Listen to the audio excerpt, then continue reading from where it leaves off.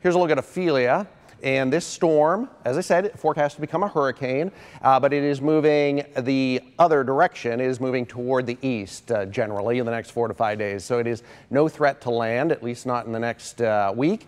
We'll keep an eye on it, but obviously it is way out there, and it's no threat to Florida.